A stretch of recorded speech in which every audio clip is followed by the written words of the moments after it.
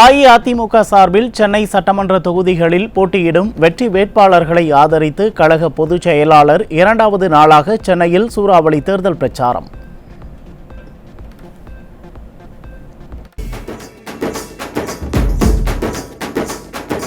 எடப்பாடியார் தலைமையில் ஆட்சி அமைப்போம். எடப்பாடியார் தலைமையில் ஆட்சி அமைப்போம். நாம் இரட்டை இலை சின்னத்தை தூக்கி பிடிப்போம். திமுக கூட்டணியின் கதை முடிப்போம். சேப்பாக்கம், திருவல்லிக்கேணி மற்றும் 1000 விளக்கு தொகுதியில் அஇஅதிமுக சார்பில் போட்டியிடும் வெற்றி வேட்பாளர்களை ஆதரித்து புரட்சித் தமிழர் பிரச்சாரம். எடப்பாடியாரின் கையில்தான் நாட்டின் எதிர்காலம் இங்கே இருக்கிறது. நம்பிக்கையோடு தமிழ்நாடு அவரை நாடாள வரச் சொல்லி அழைக்கிறது. நம்பிக்கையோடு தமிழ்நாடு அவரை நாடாள வரச் சொல்லி அழைக்கிறது.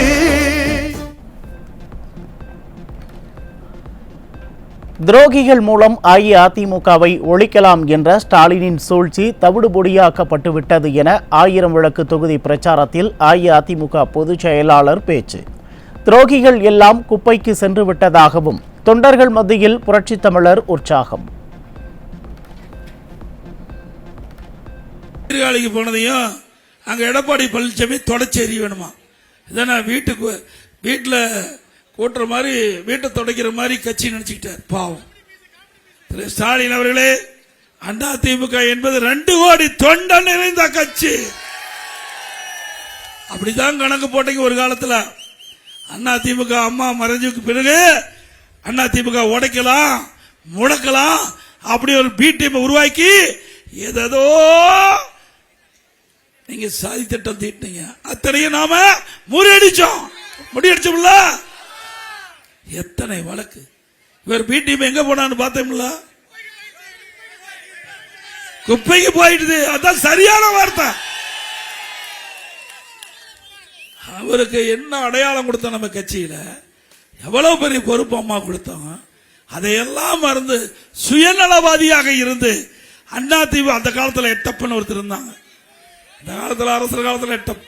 அப்படிப்பட்ட எட்டப்பர் துரோகிகள் அதிமுக இருந்து துடைத்தெறிக்கப்பட்டது.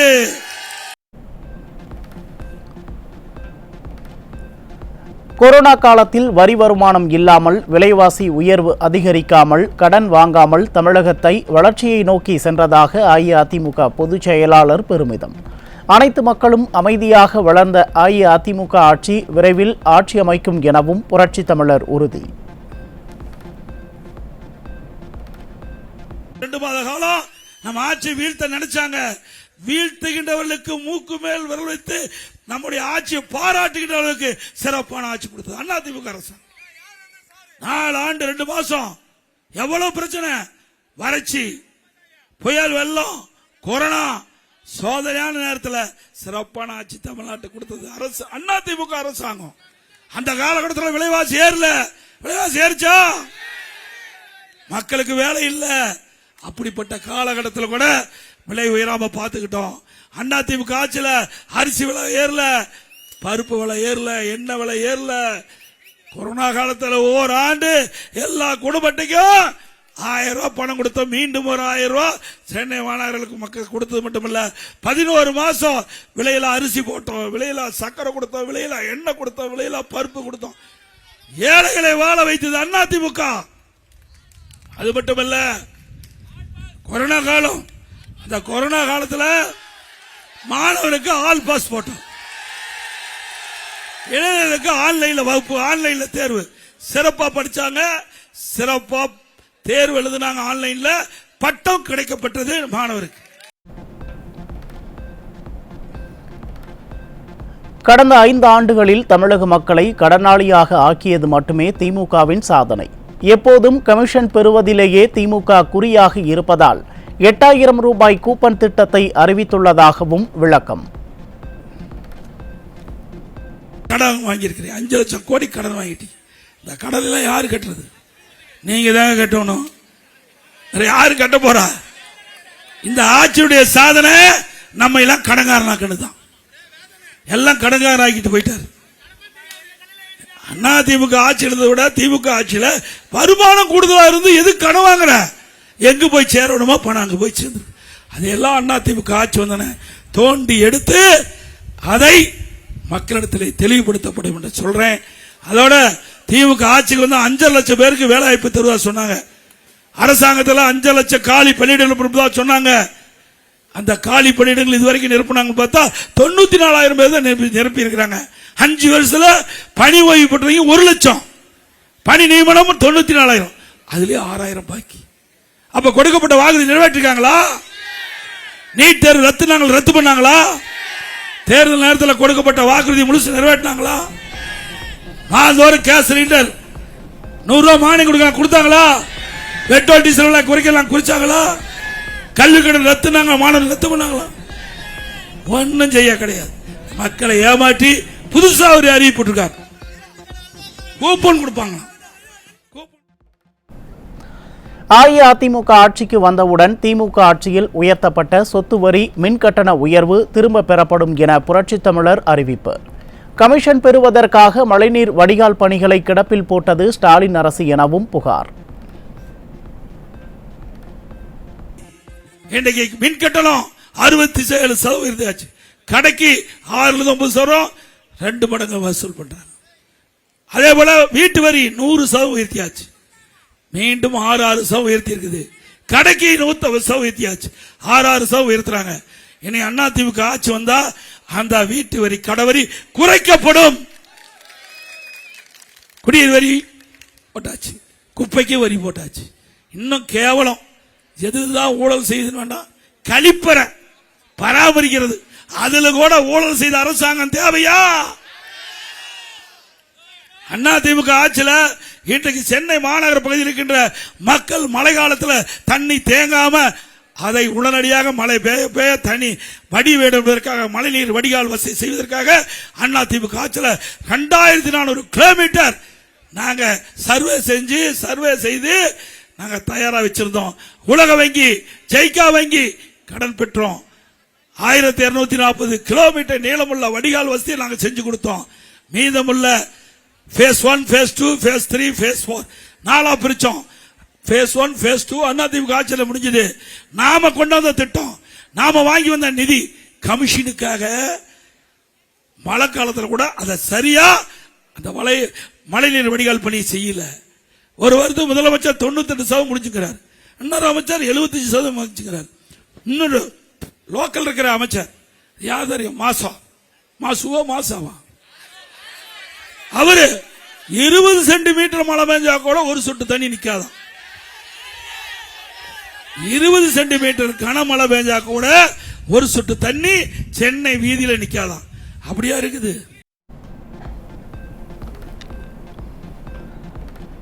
அஇஅதிமுக ஆட்சி அமைந்தவுடன் தமிழகம் முழுவதும் அம்மா உணவகம் புதுப்பொலிவுடன் செயல்படும் என அஇஅதிமுக பொதுச் செயலாளர் உறுதி.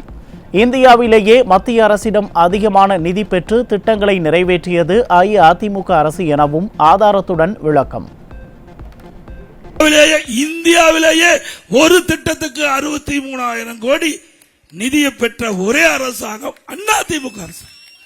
ஒரு திட்டத்தையாவது உன்னால பெற முடிஞ்சதா? ஒரே ஆண்டில் அரசு 11 மருத்துவக் கல்லூரி கொடுத்தோம்.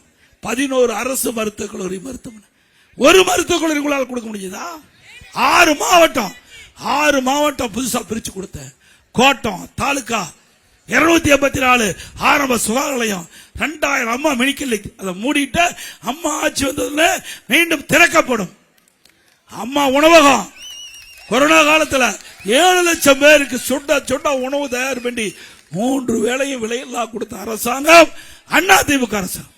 மீண்டும் அதிமுக ஆட்சி வந்த உடனே இந்த திராவிட முன்னேற்ற கழகம் அரசியல் கால் புரட்சியின் காரணமா பல அம்மா உணவகத்தை மூடி இருக்காங்க. சென்னை மாநகரம், தமிழ்நாடு முழுவதும் அம்மா உணவகத்தை மூடி இருக்காங்க. அங்க தரமான பொருள் கொடுக்கறதில்ல, பொருள் குறைவாக கொடுக்கறாங்க. அந்த உணவு தயாரிக்கின்ற பணியாளர் குறைச்சிருக்கிறாங்க. மீண்டும் அதிமுக ஆட்சிக்கு வந்தா நிறைய பணியாளர் நிரப்பப்படும், தரமான உணவுப் பொருள் கொடுக்கப்படும், ருசியான உணவு அம்மா உணவகத்தில். 5 ஆண்டுகளாக நீட் தேர்வு ரகசியத்தை வெளியிடாமல் மக்களை ஏமாற்றி ஆட்சிக்கு வந்த துணை முதலமைச்சர் உதயநிதிக்கு சேப்பாக்கம் திருவல்லிக்கேணி தொகுதியில் பிரச்சாரம் மேற்கொண்ட அஇஅதிமுக பொதுச் செயலாளர் புரட்சித் தமிழர் கண்டனம். இனியும் மக்கள் ஏமாறும் மனநிலையில் இல்லை எனவும் உறுதி. இந்த தொகுதி துணை அமைச்சராக இருக்கிற திரு உதயநிதி அவருடைய சட்டமன்றத்தில் அது சொன்னாதான் ஒரு கோபம் வருது. அவர் சட்டமன்ற உறுப்பினராக வருவதற்கு முன்பு எவ்வளவு வாக்குறுதி கொடுத்தார், அதெல்லாம் நிறைவேற்றினாரா? இங்க இந்த பகுதியில் வசிக்கின்ற மக்களுக்கு கழிப்பறை வசதி சரி செஞ்சு கொடுக்கறதுனால செஞ்சு கொடுத்தாரா? கொடுக்கப்பட்ட வாக்குறுதி எதுவுமே. அதேபோல தேர்தல் நேரத்தில் திராவிட முன்னேற்ற கழக தலைவர் திரு ஸ்டாலின் அவர்கள் 2021 சட்டமன்ற பொதுத் தேர்தலில் 525 அறிவிப்புகள் வெளியிட்டார். அதுல 4 பங்கு அறிவிப்பு கூட இதுவரை நிறைவேற்றினாங்களா? குறிப்பா நம்முடைய இளைஞர்கள் மாணவர்கள் கல்வி கற்பதற்கு வங்கி வாய் கடன் ரத்து பண்ணாங்களா? நீட் தேர்வு ரத்து பண்ணாங்களா? நீட்டுக்கு ரகசியம் இருக்குன்னு சொன்னார் உதயநிதி அவர்கள். இப்ப வந்து ரகசியத்தை சொல்லு. இங்க இருக்கிற இந்த தொகுதியில் இருக்கிற நம்முடைய சேப்பாக்கம் திருவல்லிக்கேணி சட்டமன்ற தொகுதியில் மக்கள் கேட்கிறாங்க, உதயநிதி அவர்களே நீங்க மிகப்பெரிய ரகசியத்தை சொல்றீங்க, இங்க வந்து ரகசியத்தை சொல்லுங்க. அப்படி இந்த முதலமைச்சர் துணை முதலமைச்சர் இந்த பகுதியில் ஒரு ரகசியத்தை சொல்லிட்டு போய் ரகசியத்தை இதுவரைக்கும் வெளியிடல. காங்கிரசும் திமுகவும் சேர்ந்து நீட் தேர்வை கொண்டு வந்துவிட்டு தமிழக மக்களிடம் நீலிக்கண்ணீர் வடிக்கிறது. ஸ்டாலினின் இரட்டை வேடம் வெளிச்சத்திற்கு வந்துள்ளதாக புரட்சித் தமிழர் ஆதாரத்துடன் விளக்கம். திமுக கட்சி சேர்ந்தவர், அவர் சுகாதாரத்துறை இணையமைச்சர். அப்பதாங்க நீட்டே வெளியிடுறீங்க. கொண்டு வந்தது காங்கிரசும் திமுகவும், அதை எதிர்ப்பது திமுக காங்கிரஸ். எவ்வளவு வேடிக்கை பாருங்க, யாரும் மக்களை எப்படி ஏமாற்றுறாங்க பாருங்க. ஆனா அண்ணா திமுக பொறுத்த வரைக்கும் மக்களுடைய கோரிக்கை நீட்டை அதுக்கு விலக்கு பெற வேண்டும். அந்த அடிப்படையில் அம்மா இருக்கின்ற பொழுது ஒரு வருடம் நீக்குக்கு விலக்கப்பட்டாங்க. பிறகு நாங்கள் மறைவுக்கு பிறகு எவ்வளவு முயற்சி செஞ்சோம். உச்ச நீதிமன்றத்தில் தீர்ப்பு வழங்கப்பட்டு விட்டது. இது இந்தியா முழுவதும் நீட் தேர்வு நடத்தப்படும் அறிவிப்பு ஒரு மாநிலத்துக்கு கொடுக்க முடியாது சொல்லி அந்த நமக்கு எதிராக தீர்ப்பு வந்ததுனால நீட்டை நம்ம அமுல்படுத்த முடியல. இன்று வரை நீட்டுக்கு விலக்கு பெற வேண்டும் என்பதுதான் அண்ணா திமுக நிலைப்பாடு. அது மட்டும் இல்ல, காங்கிரஸ் கட்சியினுடைய தலைவர் யார் தெரியும், அவருடைய மனைவி நீட்டுக்கு எதிராக போய் நீதிமன்றத்தில் வாதாடி தீர்ப்பப்பட்ட பிறகு அந்த அம்மா வந்து வெளியில சொல்றாங்க நீட்டுக்கு முற்றுப்புள்ளி வைக்கப்பட்டது என்று சொல்றாங்க. செஞ்சதெல்லாம் காங்கிரஸ் திமுக. பழி நம்ம மீது போடுவது ஏற்றுக்கொள்ள முடியுமா? ஒரு பொய்யை திருப்பி திருப்பி சொல்லி உண்மையாக்க பார்க்கிறாங்க. இதுதான் ஸ்டாலினுடைய இரட்டை வேடம்.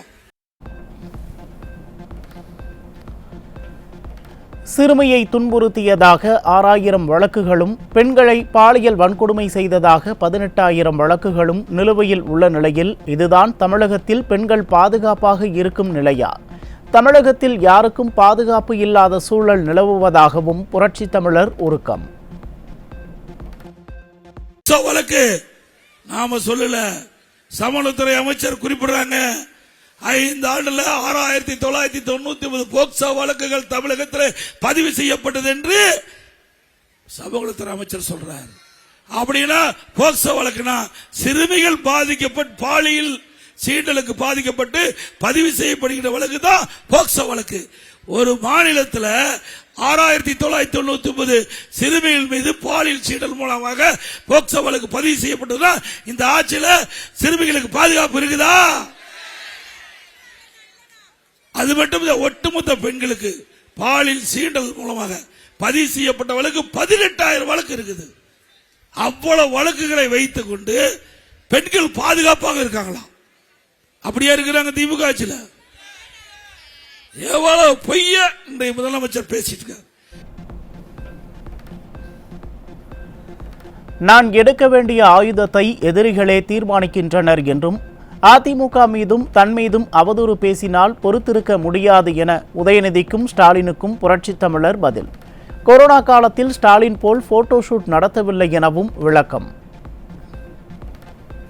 எந்த ஆயுதம் எடுக்க வேண்டும் என்பதை தீர்மானிப்பது எனது எதிரிகள் தான் தவிர நான் அல்ல.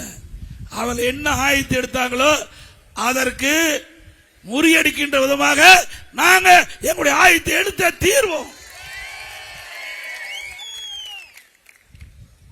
51 ஆண்டு கால என்னுடைய அரசியல் வாழ்க்கையில பொது மேடையிலேயோ பொது வெளியிலேயோ யாரை பற்றி விமர்சனம் பண்ணதே கிடையாது. ஆனா இன்றைக்கு இருக்கிற முதலமைச்சரும் துணை முதலமைச்சரும் வேண்டும் என்ற திட்டமிட்டு என்னை அவதூறாக பேசிக் கொண்டிருந்தால் நான் வேடிக்கை பார்த்துக்கிட்டு இருக்க மாட்டேன். அதுக்கு தகுந்த பதிலடியை உடனுக்குடன் கொடுப்பேன். ஸ்டாலின் அவர்களே, கொரோனா காலம் உங்களுக்கு நல்லா தெரியும். அந்த வைரஸ் காற்றிலே பரவக்கூடியது. அந்த வைரஸ் யாருக்காவது பாதிக்கப்பட்டு விட்டால் உயிருக்கே ஆபத்து ஏற்படும். அப்படிப்பட்ட காலகட்டத்தில் கூட மருத்துவர்கள் எங்கிட்ட ஆலோசனை வழங்கினாங்க. அதையெல்லாம் மீறி 32 மாவட்டத்துக்கு நான் நேரடியா போனேன். கொரோனா காலம் தீவிரமாக இருந்த காலம்.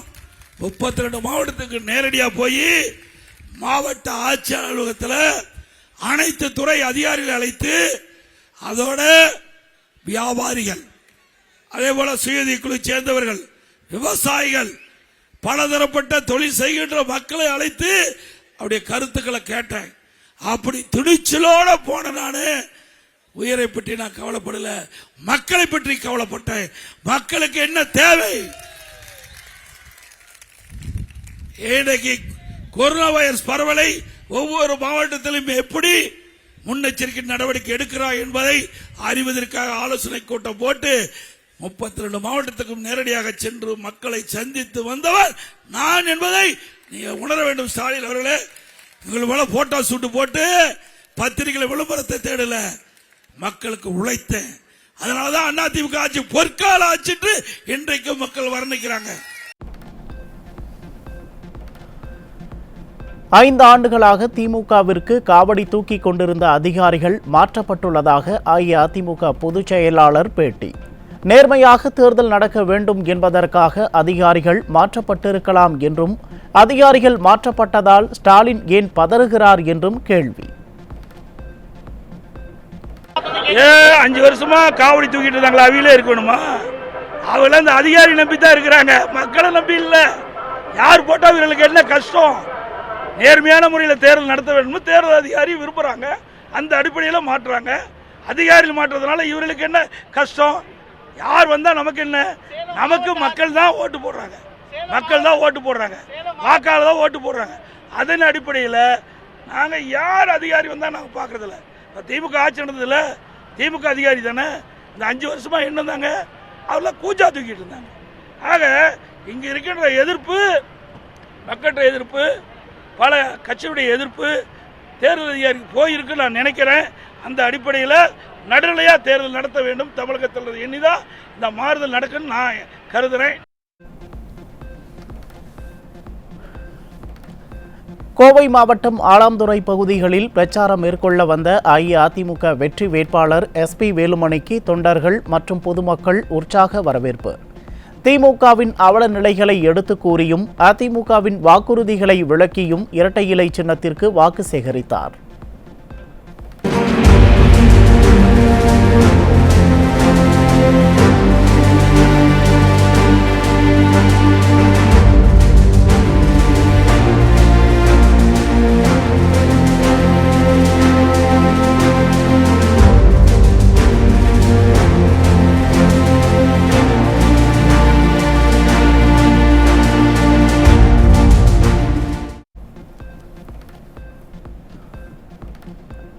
கோவை தொண்டாமுத்தூர் தொகுதி அஇஅதிமுக வெற்றி வேட்பாளர் முன்னாள் அமைச்சர் SP வேலுமணி செல்வபுரம் பகுதியில் புரட்சித் தலைவி அம்மா அரசின் சாதனைகளை எடுத்து கூறி இரட்டை இலைக்கு ஆதரவு திரட்டினார். 5 ஆண்டுகளாக கட்டணங்களை உயர்த்திய திமுகவினர் பொய்யாக பேசி வாக்கு கேட்டு வருவார்கள், தேர்தல் முடிந்ததும் சென்று விடுவார்கள் என அஇஅதிமுக தலைமை நிலைய செயலாளர் SP வேலுமணி சாடல். இந்த பில்டிங்ல பாத்தீங்கன்னா இல்ல இந்த பில்டிங் எடுத்துட்டாலும் இபி பில் நம்முடைய ஆட்சியில் எவ்வளவு கட்டுறீங்க, இப்ப கரண்ட் பில் எவ்வளவு கட்டுறீங்க, அதான் திமுக ஆட்சி. கரண்ட் பில்லு, சொத்து வரி, அதே போல பால் விலை, கட்டுமான பொருட்கள் உள்ள வீடே கட்ட முடியாது. சமையல் பொருட்கள் பாத்தீங்கன்னா எண்ணெய், பருப்பு இதெல்லாம் எவ்வளவு விலை அதிகம். நீ திமுக பாத்தீங்கன்னா 1000 ரூபாய் நான் கொடுக்கறேன்னு சொல்லி போட்டு அது உங்க பணத்தை கொடுக்குறாங்க, உங்க வீட்டு பணத்தை கொடுக்கல. ஆனால் இன்றைக்கு கட்டுறீங்க. ஆகவே திமுக சிறு சிறு அவங்க பணத்தை எடுத்துட்டாங்க, வெறும் 1000 அப்படி கொடுக்குறாங்க. இந்த 1000 ரூபாய் கணக்கு போட்டா, ஆகவே திமுக பொறுத்தளவுக்கு 5 வருஷமா இந்த திட்டமே பண்ணல. கொங்கு மண்டல மக்களின் நீண்டகால கோரிக்கையான அத்திக்கடவு அவிநாசி திட்டத்தை கொண்டு வந்தது அஇஅதிமுக அரசு என அஇஅதிமுக முன்னாள் அமைச்சர் SP வேலுமணி பெருமிதம். புரட்சித் தமிழர் எடப்பாடி கே பழனிசாமி மீண்டும் முதலமைச்சராக வந்தவுடன் அத்திக்கடவு அவிநாசி திட்டத்தின் 2ஆம் கட்டம் நிறைவேற்றப்படும் எனவும் முன்னாள் அமைச்சர் உறுதி. புதுச்சேரி சட்டமன்ற தேர்தலில் பகல் 1 மணி நிலவரப்படி 56.83% வாக்குகள் பதிவு.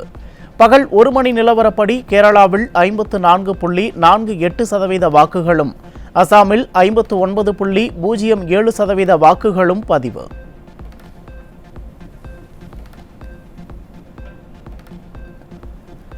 இரண்டாயிரத்து 21ஆம் ஆண்டில் ராஜீவ்காந்தி அரசு மருத்துவமனையில் தனது மகளுக்கு தவறான சிகிச்சை அளித்த விவகாரத்தில் 5 ஆண்டுகள் ஆகியும் நீதி கிடைக்கவில்லை என கூறி தலைமைச் செயலகம் முன்பு காவலர் ஒருவர் திமுக கொடியை தீயிட்டு கொளுத்தியதால் பரபரப்பு.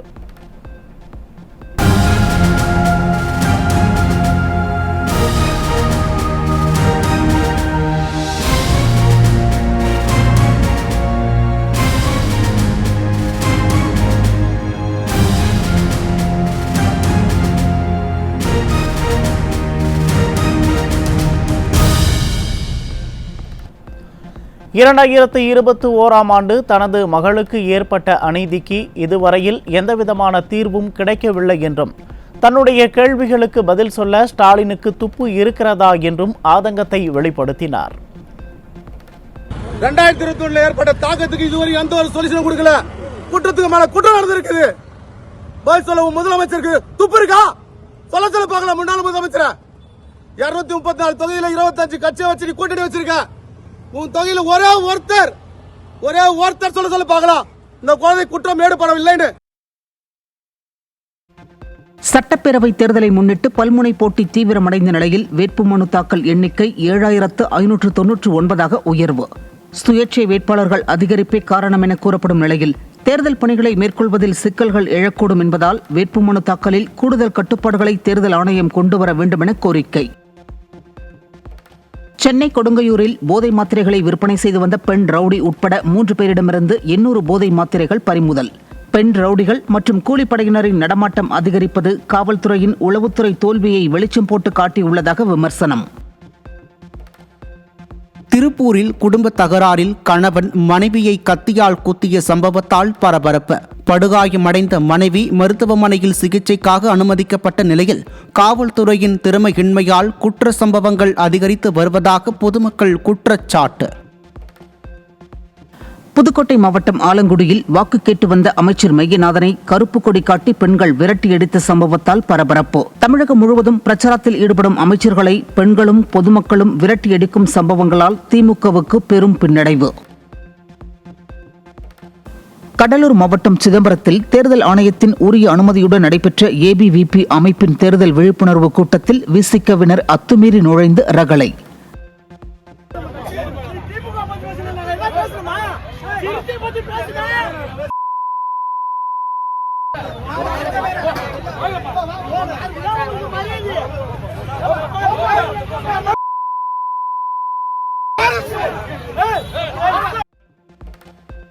மேடை அருகே சென்று மிரட்டல் விடுத்ததுடன் பொதுமக்களுக்கு இடையூறு விளைவிக்கும் வகையில் சாலை மறியலிலும் ஈடுபட்டு அட்டூழியம். விசிக, அதாவது திராவிட முன்னேற்ற கழகத்தினுடைய கூட்டணி ஆட்சியில் இருக்கக்கூடிய விசிக கட்சி நிர்வாகிகள் இங்க மாணவர்களை தாக்கி இருக்காங்க. அதாவது மேடையில நான் பெண் உட்பட ஒரு 6 பேர் உட்கார்ந்து இருக்கோம். எங்களை தகாத வார்த்தையில ஒரு பெண்ணுன்னு பார்க்காம ஒரு தகாத வார்த்தையில பேசினதாக இருக்கட்டும், இல்ல மேடையில மாணவர்கள்னு பார்க்காம சேர் எடுத்து வீசினதா இருக்கட்டும், இந்த மாதிரி அராஜக அரசியல் அப்படிங்கிறது இந்த திராவிட மாடல் கீழே கூட்டணி ஆட்சி கீழே நடந்துட்டு இருக்கு அப்படின்றத வந்து எடுத்துக்காட்ட அவங்க கூட்டணி ஆட்சியில் இருக்கக்கூடியவங்களே இன்னைக்கு எடுத்து வச்சிருக்காங்களா அப்படின்றத வந்து அகில பாரதிய வித்யார்த்தி பரிஷத் பார்க்கிறோம்.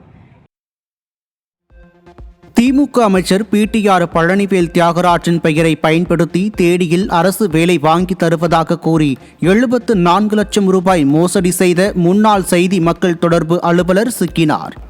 இதேபோல 100க்கும் மேற்பட்டோரிடம் அரசு வேலை வாங்கி தருவதாக பல்வேறு வழிகளில் மோசடியில் ஈடுபட்டதாகவும் பாதிக்கப்பட்டவர்கள் குற்றச்சாட்டு. கடலூர் மாவட்டம் பெத்தங்குப்பத்தில் பிரச்சாரத்திற்கு சென்ற அமைச்சர் MRK பன்னீர்செல்வம் கிராமத்திற்குள் வரக்கூடாது என மக்கள் எதிர்ப்பு தெரிவித்ததால் திமுகவினர் கலக்கம். எதிர்ப்பு தெரிவித்த கிராம மக்களிடம் திமுகவினர் வாக்குவாதத்தில் ஈடுபட்டதால் பரபரப்பு. என்ன செய்யணும் சொல்ல ஓட்டுலாம் கேட்காது, கிளம்பு. கேப்பதான் நீ போ. எங்க ஊர்ல கேட்க கூடாது, எங்க ஊர்ல கேட்க கூடாது. என்னது எங்க ஊர்ல கேட்க கூடாதுங்க ஓட்டு. எங்க ஊர் மலைக்குள்ள சொண்டி எடுத்துறாங்க, எங்க ஊர் மலைக்குள்ள சொண்டி எடுத்துறாங்க. நீ வேட்பாளர் இருந்தா நீ கேளு. நீ அவ்வளவு மலையை சொண்டி எடுத்தீங்க, அவ்வளவு பண்ணீங்க. பேதுக்கு எங்க ஊருக்கு வரீங்க? கம்பெனியே வேணாம் எங்க ஊருக்கு, எங்க ஊர் கம்பெனியே வேணாம். புடிங்கி போட்டு அப்புறம் நீங்க வந்து எங்களுக்கு சரி பண்றாங்க. என்ன சரி பண்றீங்க? எங்களுக்கு திமுக வேணாம். எல்லை தாண்டி மீன்பிடித்ததாக கூறி விசைப்படகுடன் ராமேஸ்வரம் மீனவர்கள் 10 பேரை சிறைப்பிடித்த இலங்கை கடற்படையினர். தமிழக மீனவர்களின் உயிர் காக்க இன்னும் எத்தனை கைதுகளுக்காக காத்திருப்பீர்கள்? எல்லை தாண்டியதாக கூறி சிறைப்பிடிப்பது தொடர்கதையாகி விட்டதாகவும் இதற்கு முற்றுப்புள்ளி வைக்க திமுக அரசு எந்த நடவடிக்கையும் எடுக்கவில்லை என குற்றச்சாட்டு.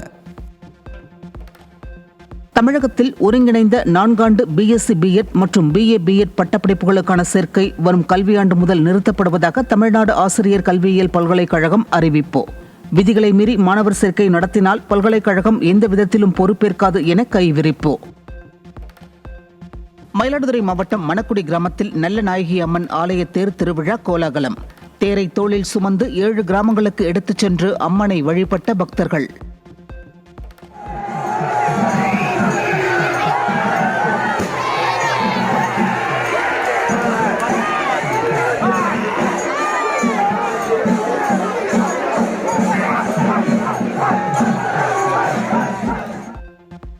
தூத்துக்குடி மாவட்டம் ஸ்ரீவைகுண்டம் அருகே தென் திருப்பேரை மகர நெடுங்குழைக்காதன் கோவில் திருவிழா தேரோட்டம். மகர நெடுங்குழைக்காதன் குழைக்காத நாச்சியார் எழுந்தருளிய நிலையில் திரளான பக்தர்கள் கலந்து கொண்டு திருத்தேரை வடம் பிடித்து இழுத்து சுவாமி தரிசனம். விருதுநகர் மாவட்டம் ஸ்ரீவில்லிபுத்தூர் மற்றும் ராஜபாளையம் சுற்றுவட்டார பகுதிகளில் வெயில் வாட்டி வதைத்த நிலையில் கொட்டி தீர்த்த மழை. கோடை மழையால் வெப்பம் தணிந்து குளிர்ச்சியான சூழல் நிலவியதால் பொதுமக்கள் மகிழ்ச்சி. போர் நிறுத்த முடிவு எடுக்கப்பட்டுள்ள நிலையில் உலகின் முக்கிய எண்ணெய் போக்குவரத்து பாதையான ஹார்முஸ் ஜலசந்தியை திறக்க முன்வந்த ஈரான். சேதமடைந்த ஈரானின் உள்கட்டமைப்புகளை மீட்டெடுக்க ஹார்முஸ் ஜலசந்தி வழியாக செல்லும் கப்பல்களிடம் 18 கோடியே 5 லட்சம் ரூபாய் வரை கட்டணம் வசூலிக்க முடிவு செய்திருப்பதால் உலக வர்த்தகம், எரிசக்தி பாதுகாப்பு மற்றும் பணவீக்கத்தை பாதிக்கும் என்று பொருளாதார நிபுணர்கள் கருத்து. ஈரானுடனான அமெரிக்கா இஸ்ரேல் போர் நிறுத்தம் அறிவிக்கப்பட்ட சில மணி நேரங்களுக்கு பிறகு லெபனானில் உள்ள மத்திய பெய்ரூட்டில் முன்னறிவிப்பின்றி இஸ்ரேல் தாக்குதல். பரபரப்பான வணிக மற்றும் குடியிருப்பு பகுதிகள் மீது நடைபெற்ற தாக்குதலில் 180க்கும் மேற்பட்டோர் கொல்லப்பட்டதாகவும் 100க்கும் அதிகமானோர் காயமானதாகவும் தகவல். இந்தியாவின் 2026-27 நிதியாண்டு வளர்ச்சி மதிப்பீட்டை 6.3%-இலிருந்து 6.6%-ஆக உயர்த்தியது உலக வங்கி. வலுவான உள்நாட்டு தேவை மற்றும் ஏற்றுமதி செயல்திறன் இந்தியாவை தொடர்ந்து தெற்காசிய வளர்ச்சிப் பாதையின் முக்கிய இயந்திரமாக நிலைநிறுத்தும் என தகவல். 19வது IPL கிரிக்கெட் தொடரின் 14வது லீக் ஆட்டத்தில் குஜராத் அணி 1 ரன் வித்தியாசத்தில் த்ரில் வெற்றி. 211 ரன்களை வெற்றி இலக்காக கொண்டு ஆடிய டெல்லி அணி 8 விக்கெட் இழப்பிற்கு 209 ரன்கள் மட்டுமே எடுத்து தோல்வி. 19வது IPL போட்டியின் 15வது லீக் ஆட்டத்தில் கொல்கத்தா லக்னோ அணிகள் இன்று மோதல். கொல்கத்தா ஈடன் கார்டன் மைதானத்தில் இன்று இரவு 7:30 மணிக்கு போட்டி நடைபெற உள்ளது.